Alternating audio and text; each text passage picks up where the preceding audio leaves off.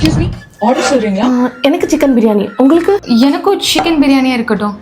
Chicken 65 பிரியாணியா சொல்றியா? அண்ணா 2 chicken 65 biryani மட்டும் கொண்டு வந்துருங்க. சரி. நான் இந்த லீவுக்கு ஆச்சி வீட்டுக்கு போலான்னு இருக்கேன். நீங்க 2 பேரும் என்ன பண்ண போறீங்க? நான் ஆரி கிளாஸ் ஜாயின் பண்ணலான்னு இருக்கேன். யாழ்னிக்கு ஏதாச்சும் படிச்சுட்டே இருக்கணும் போல, ஏதாச்சும் ஸ்கில் கத்துக்கணும்ல.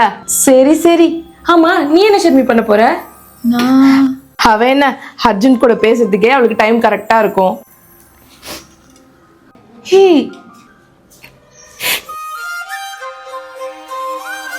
ஏண்டி அழுவுற? என்னாச்சு ஷர்மி? ஹே, ஏண்டி அழுவுற? மேம், உங்க பிரியாணி இங்க வச்சிருங்கண்ணா. ஹே சாரி ஷர்மி, நான் சும்மா விளையாட்டுக்கு தான் சொன்னேன். ஹே, அதெல்லாம் இல்லடி. அர்ஜுன், எனக்கு என்ன பிரேக் பீரியட்ல பசங்களோட சிரிச்சு பேசிட்டு இருந்த போல இருக்கு.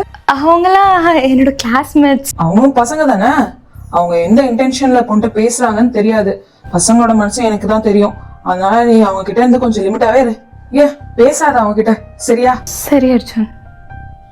சொல்லுங்க அர்ஜுன், ஏன் கூப்பிட்டீங்க? ஷால் எப்படி போட்டிருக்க நீ? நானும் காலையில இருந்து நோட்டீஸ் பண்ணிட்டு இருக்கேன். கீழே இறக்கி விடுவேன்னு பார்த்தா